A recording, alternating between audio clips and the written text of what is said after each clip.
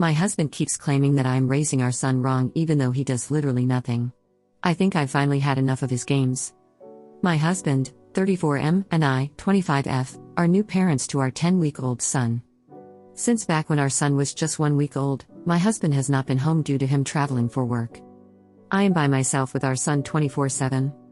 I have broken down a good 4 or 5 times as I feel very alone and overwhelmed having to take care of our newborn by myself as well as recovering from postpartum. My husband expressed that once he came home, he would allow me to take a break.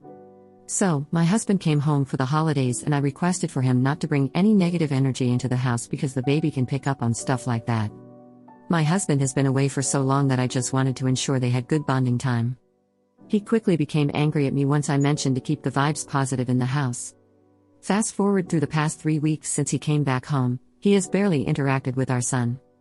He would always be on his phone scrolling through Instagram or watching something on YouTube. I gently asked him if he could play and interact with our son as this is an important time for them to bond. My husband then accused me of saying that he was an absent father. In the rare chance he interacts with our son, he will hold him for about 5 minutes then say to go back to your mother as he hands him to me. If our son cries, he will just yell at him to stop and is convinced nothing is wrong. He thinks I've spoiled our son and wants to raise him as a tough man. He never makes our son's bottles or changes his diapers either. Never will he do the baby's laundry or be there to comfort him in the middle of the night. The moment I try and comfort our son, he criticizes me and tells me I'm doing everything wrong. Keep in mind, I have the baby all day and all night. I only eat once a day and I'm usually only able to shower once every 2 days. I've just been so exhausted. Yesterday was the last straw for everything.